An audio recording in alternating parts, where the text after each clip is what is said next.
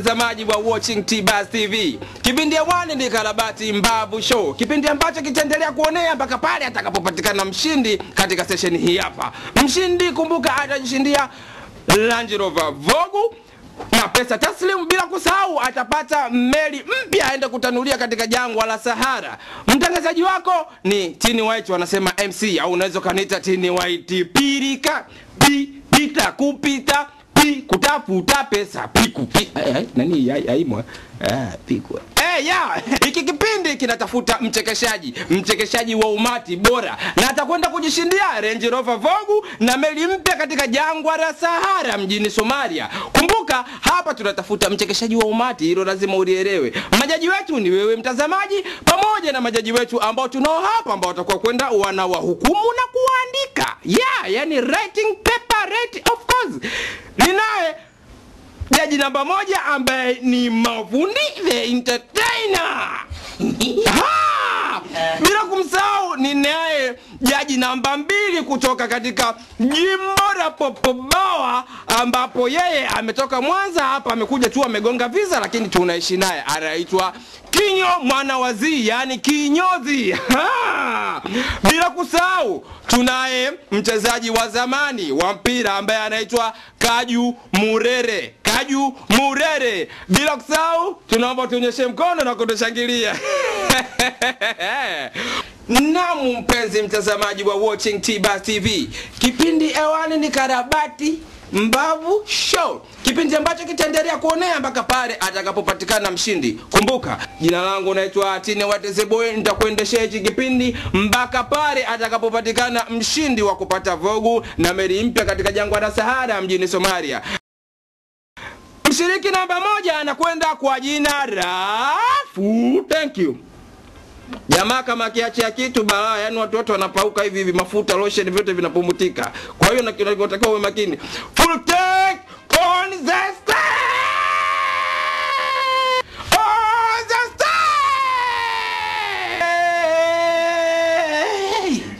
Hey kazi balaa. Nyumbani nimeaga. Full tanki. Mpiga rangi.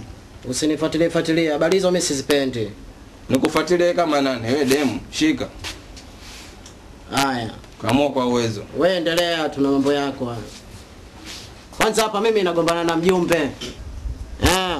Mimi ndo nimesema hivyo. Mimi nakwambia wewe mjumbe. Mimi mpango wa kuja kunigonga mlango mimi sana za usiku mimi sipendi. Eti full tanki, leo sungusungu. Au sungusungu mimi nikalinde sungusungu kule au majambazi wakitokea mimi si ndio wa kwanza kufa. Mimi mwenyewe shughuli zangu nzito, kwanza niko gereji. Nachokonoa ili nachezea ma spring, mabodi, vidole vyote vinauma. Naambia eti swala mimi eti leo nikashika upinde. Nitashika vipi upinde wakati vidole vinaniuma? Mimi sipendi, ndio nishakwambia hivyo.